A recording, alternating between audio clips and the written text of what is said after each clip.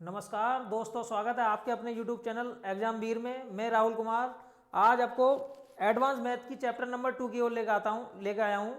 पहली क्लास मैंने ट्रायंगल की दी है, जिसमें आपको मैंने सारी कंडीशन बताई है कि ट्रायंगल बनने के लिए क्या क्या कंडीशन जरूरी हैं, तथा ट्रायंगल का क्लासिफिकेशन बताया है कि त्रिभुज कितने प्रकार का होता है। देखो बच्चों, हमने इस YouTube चैनल पर एडवांस मैथ और अर्थ मैथ दोनों की एक सीरीज चलाई है, जो कि एसएससी सीजीएल के लिए बहुत ज़्यादा बेनिफिशियल रहने वाली है।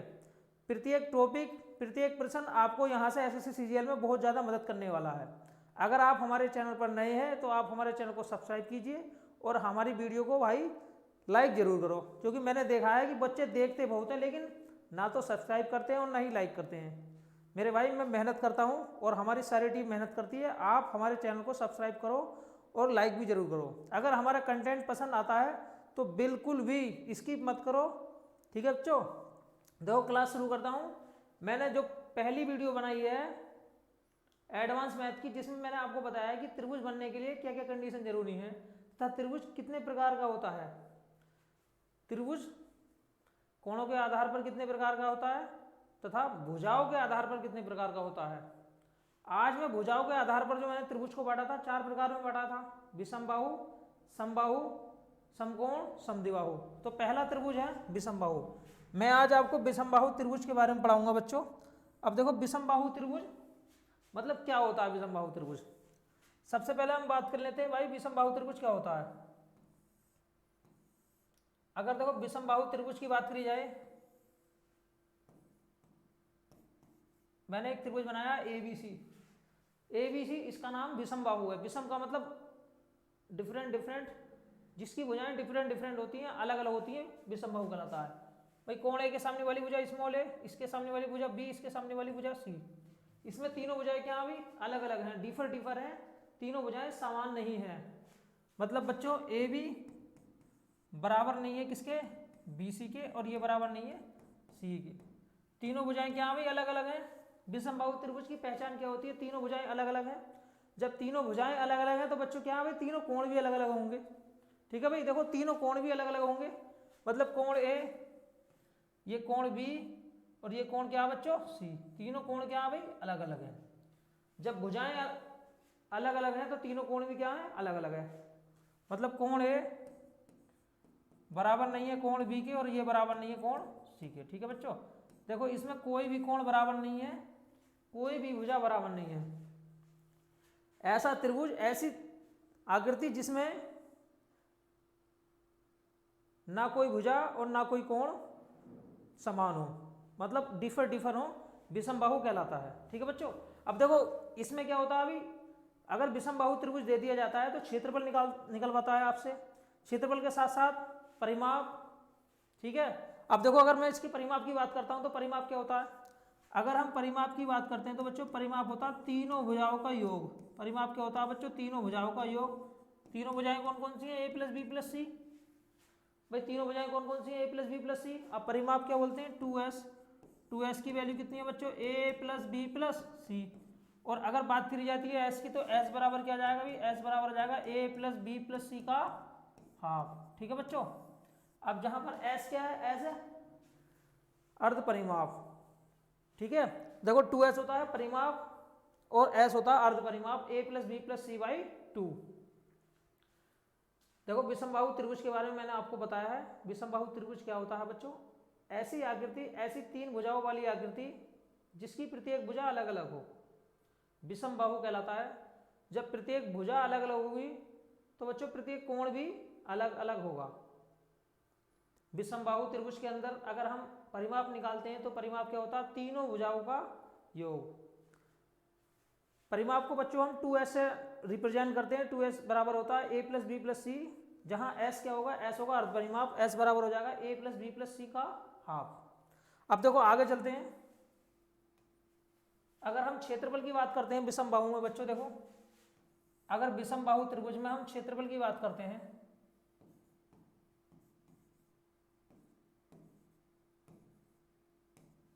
अगर बच्चों क्षेत्रफल की बात करते हैं तो क्षेत्रफल, देखो क्षेत्रफल निकालने के लिए सबसे पहले आपको निकालना है s। सबसे पहले क्या निकालना है बच्चों, s। देखो एस क्या होता है अभी, मैंने आपको बताया एस बराबर होता है A plus B plus C का हाफ, ये होता है अर्ध परिमाप। सबसे पहले आप एस निकालो, एस बराबर होता है A plus B plus C का हाफ। अब क्षेत्रफल निकालने के लिए क्या करोगे बच्चों, देखो under root S, S minus के ए और एस माइनस के बी और एस माइनस के सी, ये होता है बच्चों क्षेत्रफल। ये क्या होता है बच्चों, क्षेत्रफल। एस क्या है, अर्ध परिमाप, एस बराबर होता है A plus B plus C by 2। अब अगर समबाहु त्रिभुज के अंदर तीनों भुजाएं नहीं है दी हुई, एक इसे डायरेक्ट एक त्रिभुज मानकर रिप्रेजेंट किया गया, तब क्षेत्रफल कैसे निकालेंगे। अगर हम इसे डायरेक्ट एक त्रिभुज मानकर रिप्रेजेंट करते हैं और इसकी कोई एक भुजा देते हैं, कोई सी भी भुजा दे सकता है, तीनों भुजाओं में से कोई सी एक भुजा दे सकता है, तब क्षेत्रफल क्या होता है भाई, 1/2 base into height, 1/2 base into height, ये होता है क्षेत्रफल का फार्मूला। देखो ये बेसिक फार्मूला है। अब आकृति अगर चेंज हो जाती है अकॉर्डिंग टू फिगर, आकृति के अनुसार हम त्रिभुज का क्षेत्रफल निकालते हैं। एक आकृति ऐसी दी हुई है जिसमें क्या अभी बच्चों तीनों भुजाएं दी हुई हैं, तीनों भुजाएं कौन कौन सी, ए बी सी, तीनों भुजाएं दी हुई हैं, तब हम क्षेत्रफल कैसे निकालेंगे। क्षेत्रफल निकालने के लिए सबसे पहले मुझे अर्ध परिमाप निकालना है। अर्ध परिमाप होता है एस बराबर A plus B plus C का हाफ, फिर फार्मूला लगाना under root S, S minus A, S minus B, S minus C, जिसे बोलते हैं हम हीरो फार्मूला। ठीक है बच्चों, हीरो फार्मूला। देखो हीरोज फार्मूला, ये होता है त्रिभुज के क्षेत्रफल का। समझ में आया बच्चों। देखो ये जितना मैंने पॉइंट बताया है, ये विषमबाहु का क्षेत्रफल निकाला जाता है इससे। अब इनके साथ साथ हम ज्यामिति को कवर भी करके चलेंगे कि त्रिभुज के अंदर ज्यामिति में क्या क्या पूछा जाता है, वो सब कुछ मैं आपको बताऊंगा। अब देखो आगे चल लेते हैं। इससे पहले मैं कुछ नए पॉइंट बताता हूँ आपको, जिनसे रूबरू होना, जिन्हें जानना आपके लिए बहुत बहुत ज़्यादा इंपॉर्टेंट है, बहुत बहुत ज़्यादा जरूरी है। जैसे बच्चों भाई ये त्रिभुज है, अब मुझे बताना बच्चों माध्यिका। माध्यिका क्या होती है, देखो माध्यिका बताना है मुझे। माध्यिका क्या होती है बच्चों, दूसरा बताना है बच्चों मुझे शीर्ष लंब। ठीक है बच्चों, शीर्ष लंब, और तीसरा बच्चों लंबार्धक। ठीक है भाई। देखो माध्यिका क्या होती है, अगर मैं बच्चों माध्यिका की बात करता हूं तो माध्यिका क्या होती है, सबसे पहले माध्यिका के बारे में बताता हूं। किसी भी त्रिभुज में, भाई त्रिभुज है ए बी सी, किसी भी त्रिभुज में तीन भुजाएं होती हैं, पहली भुजा ए बी, दूसरी बी सी और तीसरी सी ए। बच्चों देखो ए बी, बी सी और सी ए, अगर हम क्या करते हैं बच्चों, देखो भुजा के मध्य बिंदु को, भाई मैंने बी सी का मध्य बिंदु ले लिया बच्चों, देखो बी सी का जो मध्य बिंदु होगा यहाँ होगा, भाई बच्चों मैंने बी सी का मध्य बिंदु ये ले लिया। अब भुजा के मध्य बिंदु को शीर्ष से मिलाना, देखो बच्चों भुजा के मध्य बिंदु को शीर्ष से मिलाना क्या कहलाता है बच्चों, माध्यिका कहलाता है। ठीक है। देखो चित्र ऐसा भी हो सकता है बच्चों, चित्र ऐसा भी हो सकता है, थोड़ा ये चित्र मैंने सीधा सीधा दिया हुआ है, अगर ये वाला मिडिल पॉइंट आता है या फिर ये मिडिल पॉइंट आता है, और ये लाइन जरूरी नहीं है सीधी जाए, बस आपको करना क्या है बच्चों, आपको मिडिल पॉइंट से शीर्ष को मिलाना है। अब ये जो लाइन कहलाती है बच्चों क्या कहलाती है, मीडियन कहलाती है। क्या कहलाती है बच्चों, ये माध्यिका, माध्यिका जिसे बोलते हैं हम मीडियन। क्या कहलाती है बच्चों, ये मीडियन। देखो बच्चों माध्यिका। अब मैंने दूसरी भुजा ले ली बच्चों ए सी, इसका मिडिल पॉइंट ये है बच्चों, इससे मैंने ये वाला शीर्ष मिला दिया, ये भी बच्चों माध्यिका है। इसका शीर्ष मिला दिया बच्चों, ये भी माध्यिका है। अब देखो ये जो माध्यिकाएं होता है, इसके अंदर तीन भुजाएं हैं और तीन ही माध्यिकाएं हो गई। एक माध्यिका है बच्चों, इस देखो इसका मैंने नाम रख दिया डी, इसका नाम रख दिया मैंने ई, और इसका नाम रख दिया बच्चों मैंने एफ। पहली माध्यिका कौन सी है, ए डी। पहली माध्यिका कौन सी है बच्चों, ए डी। देखो माध्यिका तीन है, एक है ए डी, और दूसरी कौन सी है बच्चों, बी ई, और तीसरी कौन सी है बच्चों, सी एफ। तीन माध्यिकाएं हैं, ए डी, बी ई और सी एफ, और तीन भुजाएं हैं। पहली भुजा है ए बी, दूसरी है बी सी और तीसरी है ए सी। तीन भुजाएं हैं। अब देखो भुजा की बात करी जाती है तो भुजाएं कौन कौन सी हैं बच्चों, देखो भुजा है ए बी, दूसरा बी सी, और तीसरा क्या है भाई, सी ए। तीन भुजा ए बी, बी सी और सी ए। अगर मीडियन की बात करता हूं तो मीडियन भी तीन ही है बच्चों। पहली क्या है भाई, पहली है ए डी, दूसरी बी ई और तीसरी सी एफ। तीन मीडियन। अब देखो मीडियन के अगर हम तीनों मीडियन को मिला देते हैं तो जो मीडियन का बच्चों केंद्रक होता है, मतलब जो मीडियन का मिलान बिंदु होता है जिस पर तीनों मीडियन टच होती हैं, मिलती हैं, उसे बोलते हैं हम सेंट्रोइड। इसे बोलते हैं हम सेंट्रोइड, जिसे बोलते हैं सेंट्रोइड इंग्लिश में, हिंदी में केंद्रक, इंग्लिश में सेंट्रोइड। माध्यिका का केंद्र बिंदु केंद्रक कहलाता है। माध्यिका का जो केंद्र बिंदु होता है केंद्रक कहलाता है। और ये माध्यिका को मतलब एडी को, इसे मैंने बच्चों सी नाम रख दिया। एडी को कितने अनुपात में बांटता है भाई? एडी को बच्चों बांटता है ये 2:1 में। एडी को कितने अनुपात में बांटता है बच्चों? ये देखो 2:1 में। अगर हम बात करते हैं बच्चों देखो ए सी अनुपात सी डी, तो ये होता है 2:1 में। जो केंद्रक होता है वो माध्यिका को 2:1 में बांटता है। अगर ये वाला पार्ट 2 है तो नीचे वाला 1 होगा, अगर ये वाला 2 है तो ये 1 होगा, ये वाला 2 है तो ये क्या होगा बच्चों? 1 होगा। इसका नाम सी भी रख सकते हैं, जी भी रख सकते हैं, कुछ भी रख सकते हैं। देखो मैंने सी रखा है सेंट्रोइड। अगर सवाल दिया जाता है भाई एडी की वैल्यू कितनी है? एडी की वैल्यू 15 है। मैंने एक प्रश्न दे दिया इफ एडी इक्वल टू 15। अगर एडी की वैल्यू 15 है बच्चों, देखो एडी की वैल्यू 15 है तो पूछेगा एसी की वैल्यू बताइए, एसी की वैल्यू बताइए या फिर सीडी की वैल्यू बताइए। अब देखो बच्चों एडी की वैल्यू कितनी है भाई? एडी की वैल्यू 15 है तो 2 और 1 3 हो गए, 2 और 3 हो गए भाई। 3 की वैल्यू 15 है, 1 की वैल्यू कितनी होगी बच्चों? 5। जब 1 की वैल्यू 5 हो गई तो यहाँ एसी की वैल्यू कितनी है? एसी की वैल्यू 2, 2 की वैल्यू हो जाएगी 5 दूनी 10। बताओ 2 की वैल्यू कितनी हो जाएगी? 10। एसी की वैल्यू 10 हो जाएगी और सीडी की वैल्यू कितनी हो जाएगी बच्चों? 5। ठीक है बच्चों।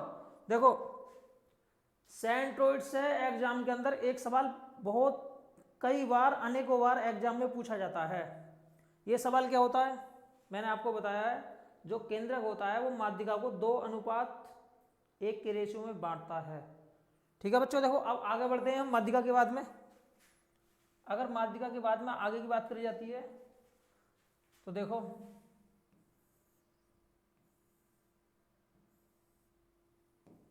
A B C. अब अगर हम शीर्ष लंब की बात करते हैं, शीर्ष लंब देखो बच्चों, शीर्ष लंब बच्चों देखो शीर्ष लंब, अगर मैं शीर्ष लंब की बात करता हूं तो शीर्ष लंब में क्या होता है बच्चों? देखो माध्यिका होती है भुजा के मिडिल पॉइंट को शीर्ष से मिलाना। मेरी बात को गौर से समझना, भुजा के मिडिल पॉइंट को शीर्ष से मिलाना मतलब माध्यिका क्या होती है? ये भुजा है, इसका मिडिल पॉइंट है। मिडिल पॉइंट का मतलब अगर ये 10 है बच्चों, ये 10 है तो ये इधर वाला भी 5, इधर वाला भी 5, इसे शीर्ष से मिलाना क्या कहलाता है? माध्यिका। ये क्या कहलाता है बच्चों? माध्यिका। इसे शीर्ष से मिलाना माध्यिका कहलाता है। भुजा के मिडिल पॉइंट को शीर्ष से मिलाना माध्यिका कहलाता है। लेकिन शीर्ष लंब ऐसा नहीं होता है। शीर्ष लंब में क्या होता है भाई? शीर्ष से भुजा पर एक लंब डाला जाता है।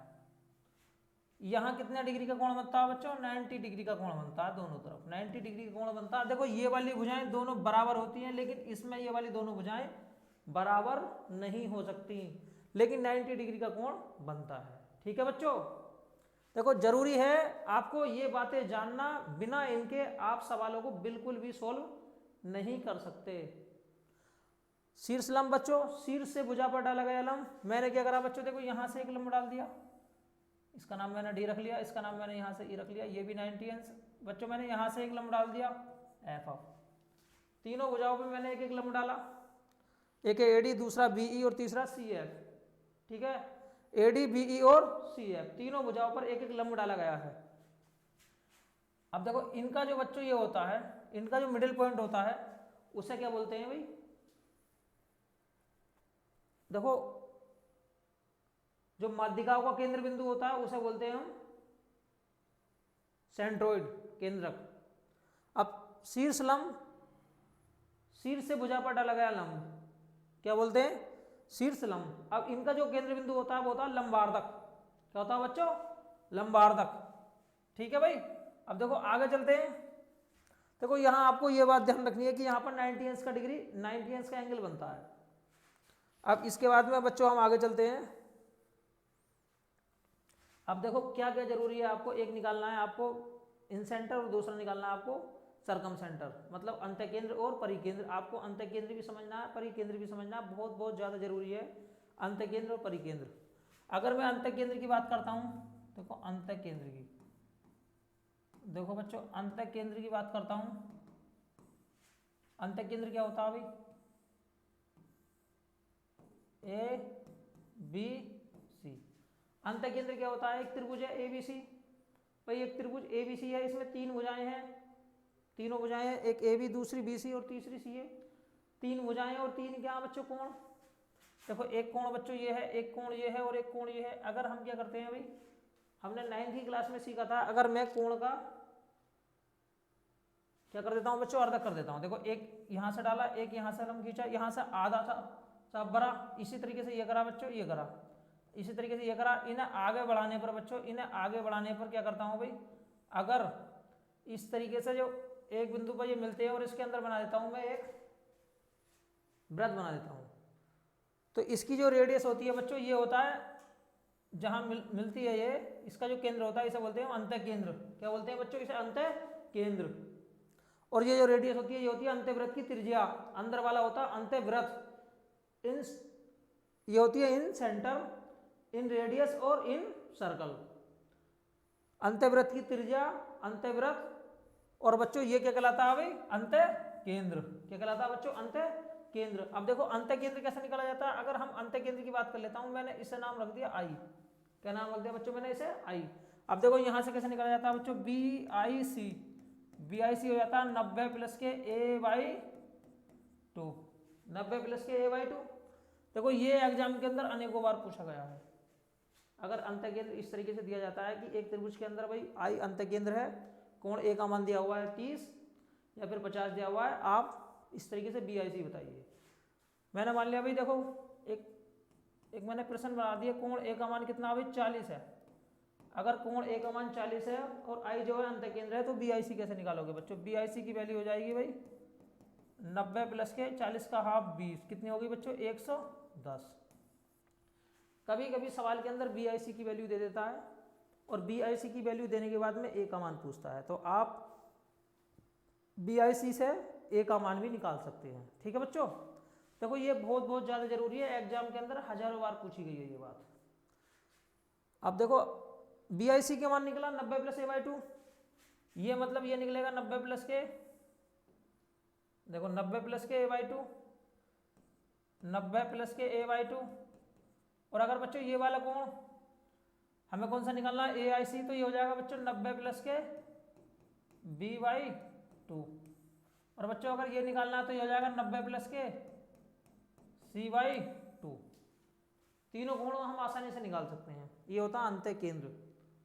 देखो अंतःकेंद्र, अगर हम कोणों का, आंतरिक कोणों का अर्धक करते हैं और उनका जो मिलान बिंदु होता है उसे बोलते हैं बच्चों हम अंतःकेंद्र, इन सेंटर।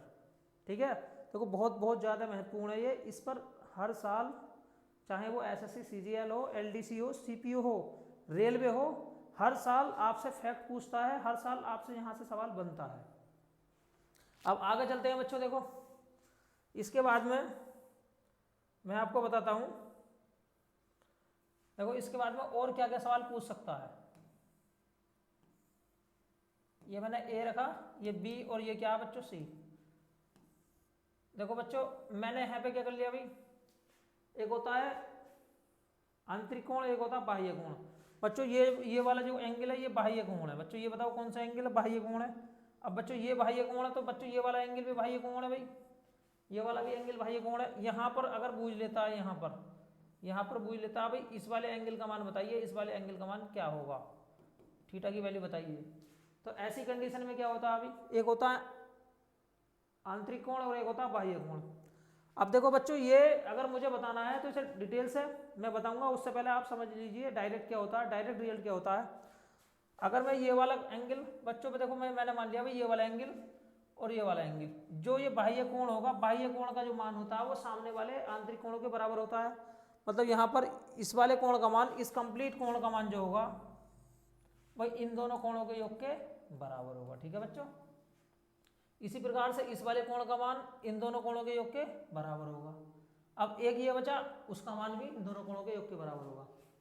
इस प्रकार अगर बाह्य कोणों की बात करी जाए तो बाह्य कोणों का जो योग आता है वो कितना आता है भाई 180 का दुगुना, क्योंकि एक बाह्य कोण दो कोणों के योग के बराबर, सामने वाले दो कोणों के योग के बराबर, ये वाला बाह्य कोण दोनों वाले सामने कोणों के योग के बराबर, फिर ऊपर वाला।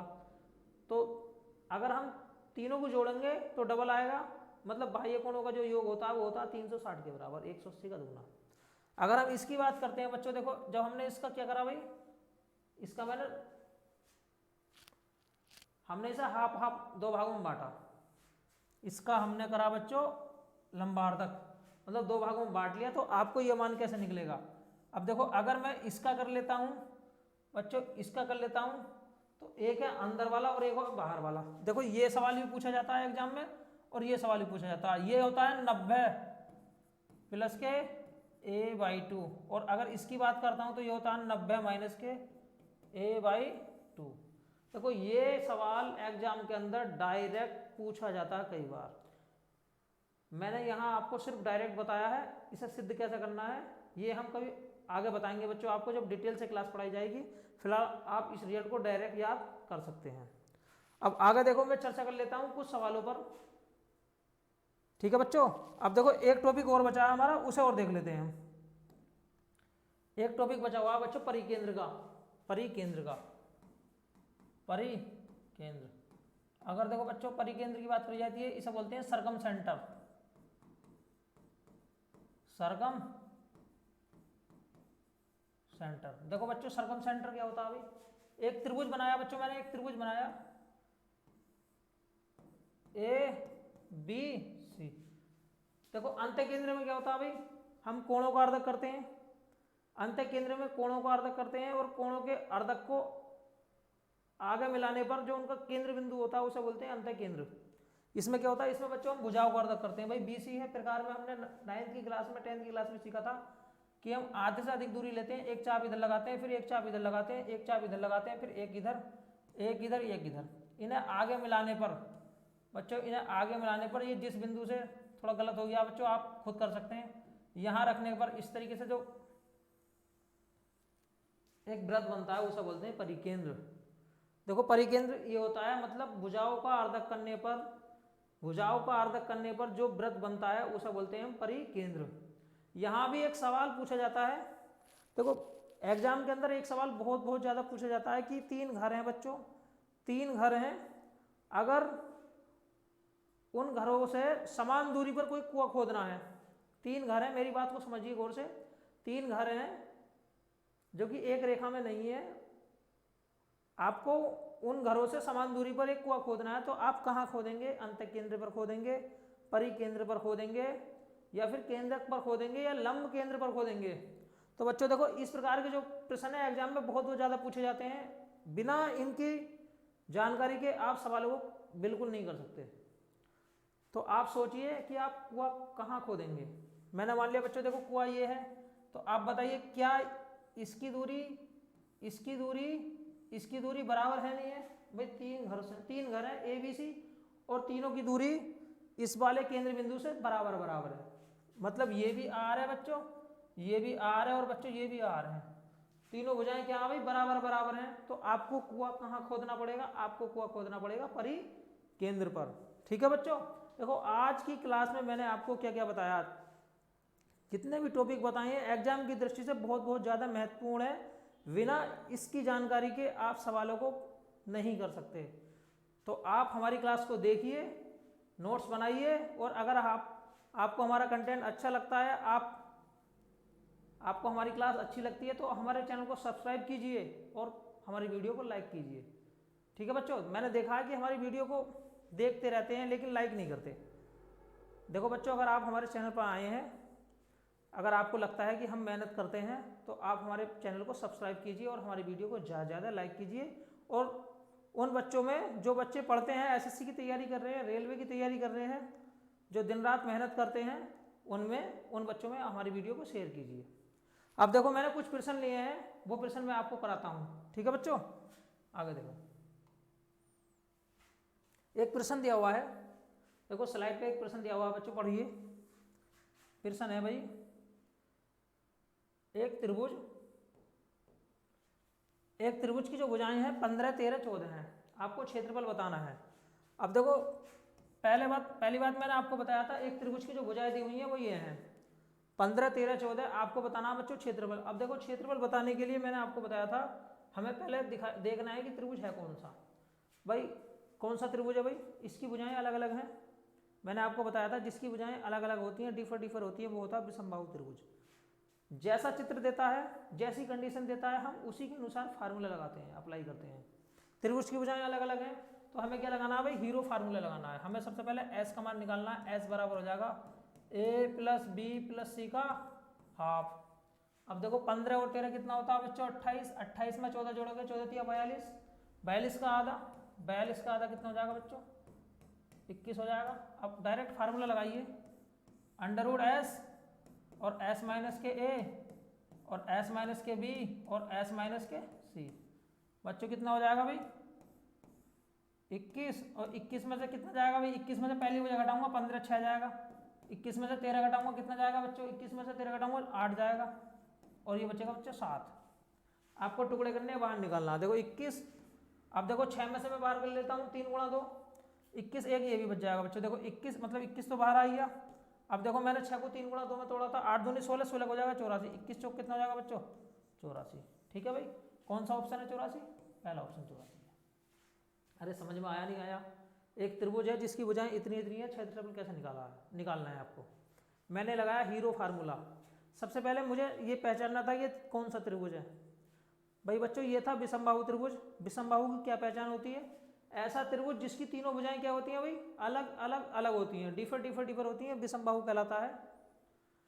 और विषमबाहु के लिए सबसे पहले आपको निकालना था बच्चों अर्ध परिमाप। अर्ध परिमाप सेमी, ठीक है बच्चों।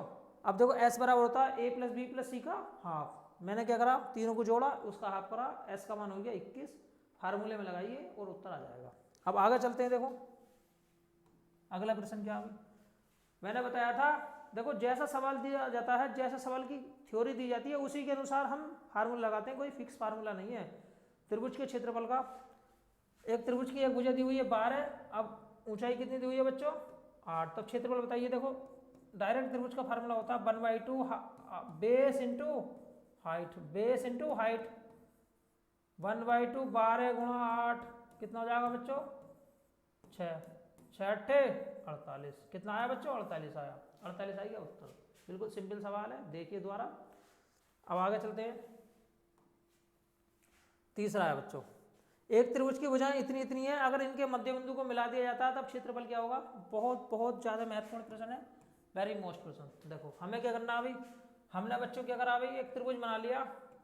वैसे मुझे इतना करना होता नहीं है, लेकिन मैं समझाने के लिए आपको समझा रहा हूँ बच्चों। एक त्रिभुज है जिसकी भुजाएं हैं 12, ये 18 और ये क्या बच्चों 26।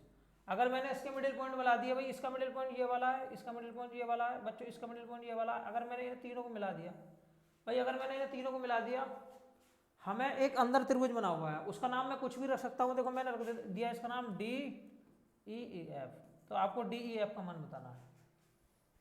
देखो बच्चों ये इसके मिडिल पॉइंट को मिलाने से बना था। अगर ये वाली भुजा 12 है तो बच्चों ये जो कितनी हो जाएगी भाई, ये कितनी हो जाएगी 6। अगर ये बच्चों ये 26 है तो ये कितनी हो जाएगी 13, ये हो जाएगी 9। लेकिन एक दूसरा तरीका मैं आपको बताता हूँ, अगर आप ऐसा नहीं करना चाहते तो देखो ये इसके अंदर 4 त्रिभुज बनने हैं और चारों का क्षेत्रफल क्या है बच्चों बराबर है। चारों का क्षेत्रफल बराबर है क्योंकि अंदर वाला जो त्रिभुज बना हुआ है भुजाओं के मध्य बिंदु से मिलकर बना हुआ है। DEF चारों त्रिभुज बराबर हैं और चारों का क्षेत्रफल निकालने के लिए आपको क्या करना है, पूरे का क्षेत्रफल निकालिए। एस का मान निकालिए, A plus B plus C का हाफ। भाई ये कितना हो गया 18 और 12 कितने हो गए बच्चों 18 12 30, 30 में 26 जोड़ेंगे 56, 56 का हाफ कितना होता है बच्चों 28, 28 आया बच्चों।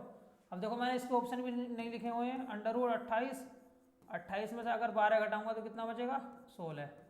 अब ये कितना बचेगा 10 और ये कितना बचेगा बच्चों 2। अब ऑप्शन तो बाहर निकालिए, जो बाहर निकलता है ठीक है। अब देखो हमें क्या करना है अभी, 7 चौक 28, 4 बाहर आ गया 7 रह गया बच्चों। देखो 7 चौक 28, 7 बचा। अब देखो बच्चों 16 का कितना जाएगा 4, अंदर 7 बाहर है, यहाँ से 7 बाहर है, यहाँ से 5 दूनी 10, यहाँ से बच्चों 2 बाहर आ जाएगा, 1 2 बाहर हो जाएगा, 5 दूनी 10। ठीक है भाई, देखो दोबारा देख लेते हैं कहीं गलती तो नहीं हुई है। 7 चौक 28, मैंने 2 बाहर निकाल लिया, 7 अंदर रह गया बच्चों। ठीक है भाई। अब देखो 16 का क्या आ गया 4, अब 5 दूनी 10, 2 इसका बाहर आ गया तो यहाँ से 5 बचा था, यहाँ से 7, 35। ठीक है भाई। कैलकुलेशन आप अपनी कर सकते हैं, अगर हमारी कैलकुलेशन में त्रुटि हो जाती है तो आप खुद कर सकते हैं। देखो 4 दूनी 8 दूनी 16, 16 रूट 35। अब देखो इस तरीके के बताओ कितने क्षेत्रफल बन रहे हैं यहाँ पर, कितने त्रिभुज बन रहे हैं, 4 त्रिभुज हैं, 1 2 3 4। अब मुझे किसी एक त्रिभुज का क्षेत्रफल निकालने के लिए इसे 4 से भाग दे देनी है, उत्तर आ जाएगा बच्चों। 4 से भाग दोगे, 4 चौक 16, तो इतना आया। 4 गुणा अगर 36 का निकालूंगा तो कितना आएगा, 5.9 समझ लीजिएगा, इतना आएगा बच्चों। 9 चौक 36, 5 चौक 20, 23 पॉइंट समथिंग आएगा। कितना आएगा बच्चों, 23 पॉइंट समथिंग आएगा। 23 के आगे कुछ भी आ सकता है। अगर इस तरीके से दिया जाता है तो ये उत्तर ठीक है, अगर ऐसा दिया जाता है तो ये उत्तर ठीक है। फिलहाल ऐसा सवाल एग्जाम के अंदर अनेकों बार पूछा गया है। एक त्रिभुज की भुजाएं दे देगा और उनके मध्य बिंदुओं को मिलाने से जो त्रिभुज बनता है उसका क्षेत्रफल बताइए। सबसे पहले हमें ये देखना है कि वो त्रिभुज है कौन सा भाई। इसके लिए हमें उसकी भुजाएं देखनी है। अगर भुजाएं अलग अलग हैं तो त्रिभुज कौन सा बच्चों, विषमबाहु।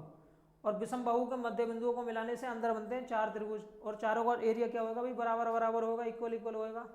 देखो बच्चों चारों का एरिया इक्वल इक्वल है। हमने इसका क्षेत्रफल निकाल दिया, हमने पूरे का क्षेत्रफल निकाल लिया। और जब 4 त्रिभुज बन रहे हैं तो 4 से डिवाइड करने के बाद में किसी एक का क्षेत्रफल आएगा। यहाँ ज़्यादा भी पूछ लेता है, यहाँ कभी कभी भाई BCDE का क्षेत्रफल ही पूछ लेता है। अब इसके लिए मैं 1 2 3 से गुणा कर दूंगा यहाँ पर, क्योंकि बच्चों यहाँ पर 3 का क्षेत्रफल एक जगह ऐड हो रहा है। आगे चलते हैं। देखो भाई, देखो बच्चों एक त्रिभुज की जो भुजाएं हैं वो इतनी इतनी है, इसका परिमाप दिया हुआ है। तो छोटी भुजा और बड़ी भुजा में अंतर। सबसे पहले देखो रेशियो दिया हुआ 1:4 अनुपात 1/4 अनुपात 1/6 अनुपात 1/8।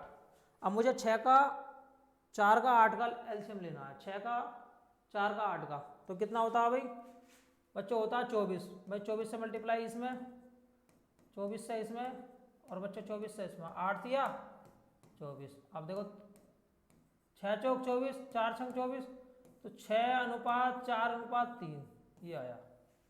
अब जो रेशियो आया वो आया 6:4:3। अब तीनों को मिलाकर, क्योंकि बच्चों परिमाप क्या होता है, तीनों भुजाओं का योग। परिमाप होता है तीनों भुजाओं का योग। ये हो गया 13। 13 की वैल्यू बच्चों 91 के बराबर। 13 सत्ते 91, 1 की वैल्यू 7। जब 1 की वैल्यू 7 हो जाएगी तो इसने पूछा छोटी भुजा और बड़ी भुजा में अंतर बताइए। भाई बड़ी भुजा कितनी है बच्चों, 6। छोटी भुजा कितनी है बच्चों, 3। अगर दोनों के बीच अंतर करते हैं तो दोनों के बीच अंतर है 3 का, तो 7 किया 21। बताइए कौन सा ऑप्शन है, दूसरा ऑप्शन है। ठीक है बच्चों, देखो बहुत ज़्यादा महत्वपूर्ण सवाल है। ऐसा सवाल एग्जाम के अंदर पूछा जाता है। अब आगे बढ़ते हैं। मैंने आपको देखो एक सवाल है स्लाइड पे दिया हुआ है कि एक त्रिभुज की जो भुजाएं हैं 4 हैं, 10 है, ये हैं, तो ए का मान बताना है कि ए का मान क्या क्या है, मतलब किस किस के बीच है या एग्जैक्ट वैल्यू क्या है। मैंने आपको कंडीशन, ये कंडीशन बताएगी कि त्रिभुज बनने के लिए क्या क्या कंडीशन है। त्रिभुज बनने के लिए मैंने आपको बताया था 2 भुजाओं का योग क्या होना चाहिए भाई, तीसरी भुजा से छोटा होना चाहिए। त्रिभुज बनने के लिए 2 भुजाओं का योग हमेशा तीसरी भुजा से बड़ा होना चाहिए। सॉरी बच्चों, दोबारा सुनो। त्रिभुज की 2 भुजाओं का योग हमेशा तीसरी भुजा से अधिक होना चाहिए। मैंने भुजाएं मानी ABC, कोई सी 2 भुजाएं ले ली, A+B का मान C से बड़ा, B+C का मान A से बड़ा और C+A का मान B से बड़ा। त्रिभुज की 2 भुजाओं का योग हमेशा हमेशा तीसरी भुजा से अधिक होना चाहिए। और इसका उल्टा क्या होता है, इसका उल्टा त्रिभुज की 2 भुजाओं का जो अंतर होता है वो क्या होना चाहिए, तीसरी भुजा से छोटा होना चाहिए। देखो इसका अंतर का मोड कर लेते हैं। इसका मोड करोगे ये पॉजिटिव वैल्यू है, अगर इसका मोड भी करते हो तो वो भी पॉजिटिव ही आता है। अब देखो B-C का जो मोड है वो किससे छोटा होना चाहिए बच्चों, A से। और C-A का जो मोड है वो किससे छोटा होना चाहिए बच्चों, B से। अब देखो यहाँ ये होता है इसका उल्टा। पहली कंडीशन, त्रिभुज बनने के लिए 2 कंडीशन। पहली कंडीशन होती है त्रिभुज की 2 भुजाओं का जो योग होता है वो हमेशा तीसरी भुजा से अधिक होता है। अब त्रिभुज की 3 भुजाएं हैं ABC, 2 भुजाओं का योग मतलब A+B का मान C से बड़ा, B+C का मान A से बड़ा और C+A का मान B से बड़ा। इसका उल्टा क्या होता है, इसका उल्टा देखो मैंने अपनी बात को दोबारा समझाया है, रिपीट किया है। इसका उल्टा होता है त्रिभुज की 2 भुजाओं का जो अंतर होता है तीसरी भुजा से छोटा होता है। देखो ये साइन छोटी का है ए माइनस बी, इसका मैंने मोड ले लिया क्योंकि अगर निगेटिव वैल्यू भी आती है तो वो पॉजिटिव बन जाती है। ए माइनस बी का मान सी से छोटा, बी माइनस सी का मान ए से छोटा, सी माइनस ए का मान बी से छोटा। दोनों कंडीशन जरूरी है त्रिभुज बनने के लिए। अब देखो हम इसमें अप्लाई करते हैं, भुजाएं हैं 4, 10 ए। अगर मैं बच्चों इन दोनों का योग कर लेता हूँ, इन दोनों का योग कर लेता हूँ तो इन दोनों का योग जो है वो तीसरी भुजा क्या है भाई, ये इससे बड़ा होगा। 4 का 10 का योग कर लेता हूँ, ए से बड़ा होगा। अब बच्चों मैंने इनका योग करा तो इन्हीं का मैं अंतर कर लेता हूँ। अब देखो इन दोनों का अंतर कितना आ रहा है भाई, 6। 6 जो होगा वो ए से क्या होगा भाई, छोटा होगा। बराबर नहीं होगा, छोटा होगा। देखो बराबर में और छोटे में बहुत बड़ा डिफरेंस है, यहाँ बड़ा होगा और यहाँ छोटा होगा। अब देख लेते हैं कौन सा ऑप्शन। क्या ए की वैल्यू 5 से बड़ी है? नहीं। क्या ए की वैल्यू 6 के बराबर है और 6 से बड़ी है, और 12 के बराबर है, 12 से छोटी है? नहीं बच्चों, ऐसा नहीं है। क्या ये भी नहीं है, ये भी नहीं है। अब देखो यहाँ दिया गया है कि ए की जो वैल्यू है बच्चों क्या है भाई, 14 से छोटी है और 6 से बड़ी है। देखो यहाँ पर ए की वैल्यू 6 से बड़ी है और 14 से क्या है भाई, छोटी। तो कौन सा ऑप्शन है? चौथा ऑप्शन है। बहुत ज़्यादा महत्वपूर्ण है, एग्जाम के अंदर अनेकों बार ये सवाल पूछा गया है। ठीक है बच्चों, देखो आप हमारी क्लास में कॉपी और पेंसिल लेके बैठे करें, प्रत्येक पॉइंट को नोट डाउन करते चलें। आगे बढ़ते हैं। देखो बच्चों बहुत ज़्यादा महत्वपूर्ण सवाल है। मैं मानता हूँ जितने भी मैंने सवाल बताए हैं उनमें एक वेरी मोस्ट सवाल है ये। देखो क्या होता है, एक त्रिभुज की जो भुजाएं हैं वो दी हुई हैं 50, 78, 112। आपको बताना सबसे छोटा शीर्ष लंब। देखो बच्चों सबसे छोटा शीर्ष लंब। अब मैंने क्या करना है भाई, देखो ए बी सी। मैंने क्या करा भाई बच्चों, देखो मैंने ये वाली भुजा 50 मान ली और ये बच्चों मैंने 78 मान ली, और ये कितनी है बच्चों, मैंने 112 मान ली। मैंने जानबूझ के 112 मानी है। आप कोई सी भी भुजा को 112 मान सकते हैं। अब मैंने आपको बताया है सबसे छोटा शीर्ष लंब। भाई सबसे छोटा शीर्ष लंब, देखो बच्चों इसमें 3 भुजाएं दी हुई हैं, एक है ए बी, दूसरी है बी सी और तीसरी है ए सी। अगर भुजाएं दी जाती हैं तब मैं क्षेत्रफल कैसे निकालता हूँ, सबसे पहले मुझे इस बात पर चर्चा करनी है। भाई अगर भुजाएं दी जाती हैं तो मैं लगाता हूँ हीरो फार्मूला, जो होता है A plus B plus C का हाफ। ठीक है भाई। अगर मैं इन दोनों को जोड़ देता हूँ तो देखो 80 हो गया बच्चों। 80 में अगर मैं 110 जोड़ता हूँ तो 190, 190 में 50 जोड़ता हूँ बच्चों 240। 190 में 50 जोड़ूंगा 240 मतलब 120 आया। अब देखो बच्चों अंडर रूट एस का मान 120, 120 में बच्चों 70 घटाऊंगा तो कितना बचेगा, 50 घटाऊंगा 70। अब देखो 120 में से 78 घटाऊंगा तो कितना बचेगा भाई, 20 ये और ये 42। ठीक है भाई। अब देखो ये कितना बचेगा बच्चों, 8। ऑप्शन से बाहर निकालिए, देखो क्या आता है भाई, 2 जीरो थे, 1 जीरो बाहर आ गया। देखो बच्चों 12 है। अब देखो यहाँ से मैं तोड़ लेता हूँ, देखो 12 को तोड़ लेते हैं बच्चों हम, 12 गुणा 7, 42 को तोड़ लेता हूँ, 7 छक 42 और गुणा 8। अब देखो भाई 7 बाहर आ गया बच्चों, देखो 7 बाहर आ गया। अब मैंने 6 को 12 को तोड़ लिया, 6 गुणा 2, 1 6 बाहर आ गया।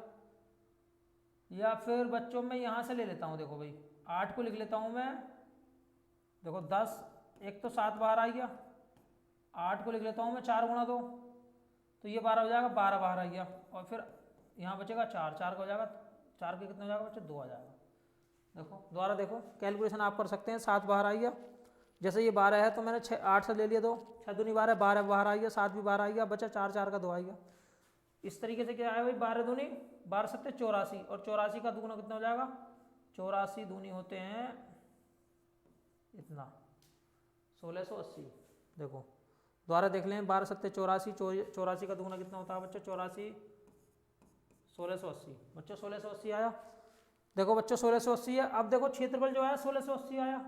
अब क्षेत्रफल अगर 1680 है तो भुजाएं दी हुई है भाई, देखो भुजाएं दी हुई है, क्षेत्रफल मुझे निकालना है। 3 भुजाएं दी हुई है, कोई सी भी 3 भुजाएं ले लो। मैंने आपको कंडीशन बताई थी, या तो क्षेत्रफल निकालने के लिए त्रिभुज की तीनों भुजाएं दी हुई हों, तो हमें निकालना है अर्ध परिमाप एस। एस बराबर होता है A plus B plus C. S बराबर होता है A plus B plus C का हाफ। यहाँ से मैंने क्षेत्रफल निकाला। अब मुझे क्षेत्रफल की राशि पता लग गई, वो कितनी है 1620, 1680 बच्चों 1680 है। अब बाकी देखो मैंने बताया था एक भुजा बी सी, अगर मैं बी सी को क्या मानता हूँ भाई, आधार मानता हूँ, तो ऊपर क्या होगा बच्चों, एक लंब होगा। बस क्षेत्रफल तो कांस्टेंट राशि है। अब जब कांस्टेंट राशि है तो बच्चों जो भुजा बड़ी होगी, देखो जो भुजा बड़ी होगी उसका शीर्ष लंब ऑटोमेटिक छोटा होगा। क्योंकि क्षेत्रफल कांस्टेंट राशि है, ये दो संख्याओं की गुणा है। अगर एक संख्या उनमें बड़ी है तो दूसरी ऑटोमेटिक छोटी होगी। अब इसने बोला छोटा शीर्षलंब। अब देखो छोटा शीर्षलंब, इस बात को देखिए, कभी कभी यहाँ बड़ा शीर्षलंब भी दे सकता है। अगर बड़ा शीर्षलंब लेगा तो क्षेत्रफल जो होता है वो दो राशियों की मल्टीप्लाई है। अगर बच्चों जब ये दो राशियों की मल्टीप्लाई है, उनमें एक राशि क्या अभी छोटी है तो दूसरी ऑटोमेटिक बड़ी होनी चाहिए। छोटा शीर्षलंब पूछा है तो इसने हमें बड़ी भुजा लेनी है, तो बड़ी भुजा बच्चों ये वाली है 112, मैं लूंगा 112 गुणा h। देखो बच्चों कितनी बार कटा भाई, 56 बार। देखो 56 से कितनी बार कट जाएगा मेरे हिसाब से, 36 18 30 बार कट गया। तो h की वैल्यू कितनी आई बच्चों, 30 आई। कौन सा ऑप्शन है, दूसरा ऑप्शन है। देखो कितना महत्वपूर्ण सवाल है, बहुत बहुत ज़्यादा महत्वपूर्ण है। जरूरी नहीं है छोटा शीर्षलंब पूछे, आपसे बड़ा शीर्षलंब भी पूछ सकता है। देखो क्षेत्रफल जो होता है, मैंने क्षेत्रफल निकालने के लिए आपको बताई थी दो कंडीशन। पहली कंडीशन, हम तीनों भुजाओं को देखेंगे कि क्या तीनों भुजाएं अलग अलग हैं। अगर तीनों भुजाएं अलग अलग हैं, हम सबसे पहले अर्ध परिमाप निकालेंगे। एस बराबर होता है A plus B plus C का हाफ। ठीक बच्चों, एस बराबर होता है A plus B plus C का हाफ। दूसरी बात मैंने बताई थी, अगर कोई सी एक भुजा दी हुई है त्रिभुज की और ऊंचाई दी हुई है, तब क्षेत्रफल होता है 1/2 base into height. 1/2 base into height.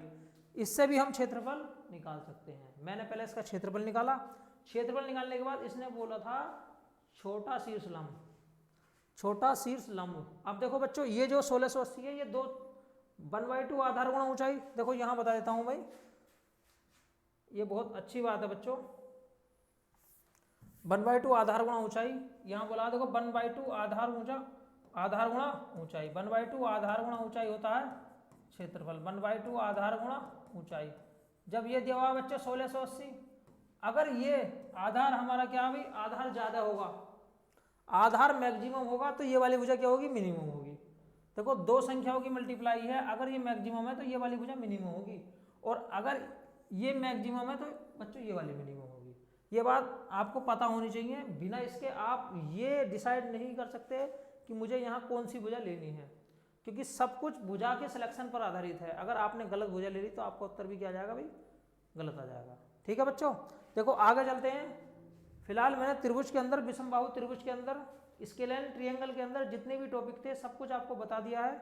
आप हमारी क्लास को देखिए, लेकिन सिर्फ एक टॉपिक बचा हुआ है जिसे मैं अब बताता हूँ आपको बच्चों। अब देखो, अगर त्रिभुज की क्या दी हुई है बच्चों, माध्यिकाएं दी हुई हैं। माध्यिकाएं दी हुई हैं, माध्यिकाएं दी जाएं तब, मतलब बच्चों अगर त्रिभुज की माध्यिकाएं दी जाएं तब क्षेत्रफल कैसे निकालना है आपको, ए बी सी। माध्यिकाएं क्या होती हैं, देखो माध्यिकाएं क्या होती है, माध्यिकाएं निकालने के लिए हमेशा चित्र बनाना सीखो। अगर चित्र आप बनाना जानते हैं तो आप बिल्कुल क्लियर कर सकते हैं। भाई देखो ये भुजा है बी सी, जो इसका मिडिल पॉइंट होता है बच्चों, इसके मिडिल पॉइंट से शीर्ष को मिलाना माध्यिका कहलाता है। इसका मिडिल पॉइंट मैंने ये माना, ये माध्यिका कहलाता है। इसका मिडिल पॉइंट बच्चों मैंने ये माना, ये कहलाता है बच्चों माध्यिका। इसका नाम मैंने डी रख दिया, इसका नाम मैंने ई रख दिया, इसका नाम मैंने एफ रख दिया। अगर तीन माध्यिकाएं दी हुई हैं, इसका नाम मैंने देखो ए डी, दूसरा क्या बच्चों बी ई, और तीसरा क्या बच्चों सी एफ। तीनों माध्यिकाएं हैं। ठीक है भाई, देखो मैंने इसका नाम ए रख लिया है थोड़ी देर के लिए, इसे मैंने बी मान लिया है, और इसे बच्चों मैंने क्या मान लिया भाई, सी मान लिया है। मैंने ए डी को, बी ई को और सी एफ को ए बी सी मान लिया है, जिससे हम आसानी से फार्मूले को ड्राइव कर सकें। इसके लिए भी बच्चों हमें कुछ नहीं करना है, एस एम निकालना है। एस एम बोलो मतलब यहाँ हमें सेमी, ठीक है बच्चों, हमें सेमी परिमाप निकालना है इसका, तो एस एम निकाल लेता है। एस एम बोले तो मीडियन, मीडियन का अर्ध परिमाप ये होता है बच्चों ए प्लस बी प्लस सी का हाफ, ए प्लस बी प्लस सी का हाफ। अब क्षेत्रफल निकालने के लिए क्षेत्रफल क्या होता है, अभी देखो वही फार्मूला लगेगा बच्चों, अंडर रूट एस एम और एस एम माइनस के ए और एस एम माइनस के बी और एस एम माइनस के सी। ठीक है बच्चों, देखो वही फार्मूला लगेगा जो त्रिभुज का फार्मूला होता है, under root S M minus A, S M minus B, S M minus C. बस आपको कुछ नहीं करना है। अगर भुजाएं नहीं दी हुई हैं तो आपको किससे मल्टीप्लाई कर देनी है, 4/3 से। और अगर भुजाएं दी जाती हैं तो डायरेक्ट फार्मूला लगता है under root S S minus A, S minus B और एस माइनस सी। ठीक है बच्चों, देखो दो कंडीशन है, अगर त्रिभुज की भुजाएं दे दी जाती हैं तो क्षेत्रफल होता है under root S, S minus के ए और एस माइनस के बी और एस माइनस के सी। ये कंडीशन क्या आ गई, अगर भुजाएं दी हूं, अगर क्या दी हूं बच्चों, भुजाएं दी हूं, अगर भुजाएं दी हूं जहां पर एस क्या होता है बच्चों, एस बराबर होता है A plus B plus C का हाफ, जिसे बोलते हैं हम अर्धपरिमाप। दो कंडीशन है, इन्हें दोनों कंडीशन को नोट डाउन कर लीजिए, बहुत ज़्यादा महत्वपूर्ण है और एग्जाम के अंदर ये बार बार पूछी जाती हैं। देखो 10+2 में एलडीसी में ये सवाल कई बार पूछा गया है, ये वाला। एक त्रिभुज की माध्यिकाएं दी हुई है, तब आपको क्षेत्रफल कैसे निकालना है, कोई नई बात नहीं है, सिर्फ आपको क्या करना है, अर्ध परिमाप निकाल लेना है उनका, तीनों को जोड़कर A plus B plus C का हाफ, फिर under root S S M, मतलब एस एम तो सिर्फ एक रिप्रेजेंट करने के लिए दिया गया है, आपको वही एक्टिविटी लगानी है, यही हीरो फार्मूला है।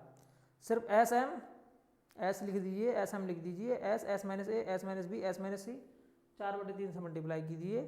अगर माध्यिकाएं दी हुई हैं तब क्षेत्रफल निकालना है तो, और अगर भुजाएं दी हुई हैं तब क्षेत्रफल ऐसे निकाला जाता है। ठीक है बच्चों, देखो मैंने आज आपको विषमबाहु त्रिभुज पढ़ाया है। विषमबाहु त्रिभुज मतलब स्केलेन ट्रायंगल, जिसके अंदर मैंने जितने भी सवाल बन सकते थे, जितनी भी पॉसिबिलिटी थी, मैंने सब कुछ आपको बताया है, एक एक सवाल आपको बताया है। ठीक है गाइस, आप हमारी वीडियो को देखिए, मैंने देखा है बच्चे हमारी वीडियो देखते हैं, बिना लाइक करे, चैनल को बिना सब्सक्राइब करे चले जाते हैं। बच्चों हम इतनी मेहनत करते हैं, रातों में मेहनत करते हैं, आपके लिए अच्छे से अच्छा कंटेंट लाता हूँ, तो आप हमारे चैनल को सब्सक्राइब कीजिए। अगर आप हमारे कंटेंट से सहमत हैं, हमारी मेहनत से सहमत हैं, तो आप हमारे चैनल को सब्सक्राइब कीजिए और हमारी वीडियो को लाइक कीजिए। ठीक है बच्चों, और हमारी वीडियो को शेयर भी कीजिए। मिलते हैं नेक्स्ट वीडियो में। जय हिंद, जय भारत।